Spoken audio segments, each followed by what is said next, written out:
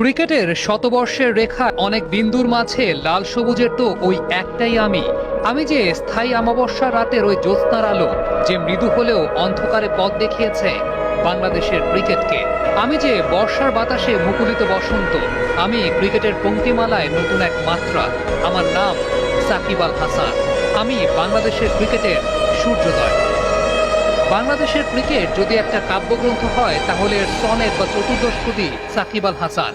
কবি যা রচনা করেন তাই কবিতা, সাকিব যা দিয়েছেন তাই বাংলাদেশের ক্রিকেট। ক্রিকেটে লাল সবুজের ব্র্যান্ডিং এর বিশ্বায়নের শুরুটা তার মাধ্যমেই।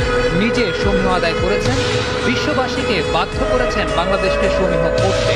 বিদেশ বিভ্রে ঘুরতে যাওয়া পর্যটক যখন নিজের দেশের পরিচয় দেয়, ওপাশ থেকে লাল সবুজের এই দেশটার বিজ্ঞাপনে তাকেও শুনতে হয় সাকিব আল হাসানের কথা।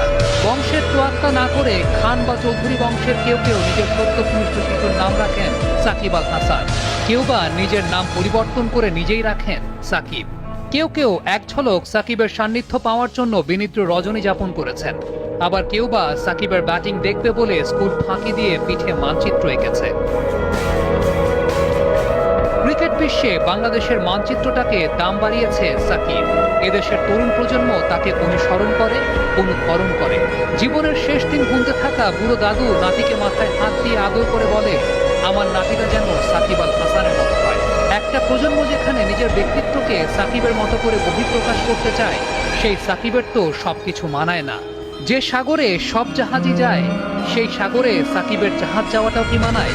হ্যাঁ, ক্রিকেট আইডিওলজির পুরো দায়ভারটা সাকিব নিয়ে বসেননি, কিন্তু একটা প্রজন্মের গ্রুম আপ আইডিওলজি যে তার দ্বারাই প্রভাবিত। যে মানুষটা সর্বোচ্চ আনন্দের উৎস, সেই মানুষটাকে বিতর্কে দেখতে চান কজনা। ব্যাপারটা হয়তোবা সাকিব আল হাসান নিজেও বোঝেন দেখেই ফিরে এসেছেন। জাহাজটা যে সাগরের দিকে ছুটিয়েছিলেন, দক্ষ নাবিকের মতো তা ঘুরিয়েও নিয়েছেন।